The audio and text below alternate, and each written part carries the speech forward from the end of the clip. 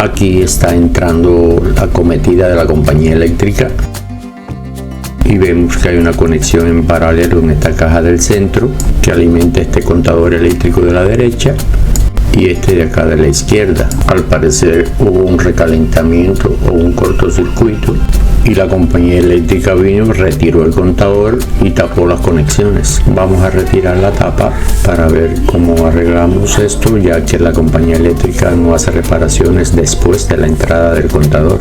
Vamos a ver. Medimos a la salida la fase izquierda con el neutro y tenemos 0 voltios. Medimos la fase derecha con el neutro y tenemos 0 voltios. Arriba está con el neutro 120 voltios y esta con el neutro 120 voltios. Vamos a remover este conector múltiple que aquí le decimos Polaris. El neutro y las dos fases están alimentando dos paneles distintos. Esa es la razón por la cual hay 3 cables en cada Polaris, uno para cada panel y el otro para conectar en la parte inferior del metro contador. Ya hemos desconectado dos, ahora vamos a desconectar el neutro. Aquí estamos terminando de conectar el Polaris del cable neutro.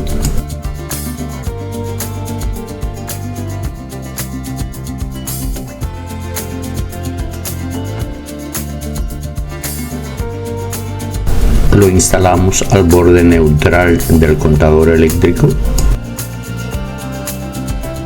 Conectamos los cables de la primera fase al Polaris.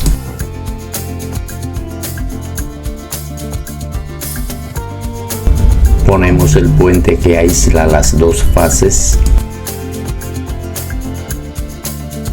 y le conectamos el tercer cable que va a ir conectado a una de las fases de salida del contador eléctrico. Ahora vamos a conectar el tercer y último Polaris en la fase derecha inferior del contador eléctrico. Ya instalado, le ponemos tape engomado para evitar que los tapones aislantes se salgan de su lugar. Le ponemos un tie wraps o cinta aislante sujetadora para que queden acomodados dentro del meter can o contador eléctrico. Para que no estén sin corriente, ponemos un puente entre la fase izquierda de entrada y salida. Cuidado. Aquí hubo una conexión a tierra, pero no hubo problema. Y otro puente en la otra fase entre la entrada y la salida.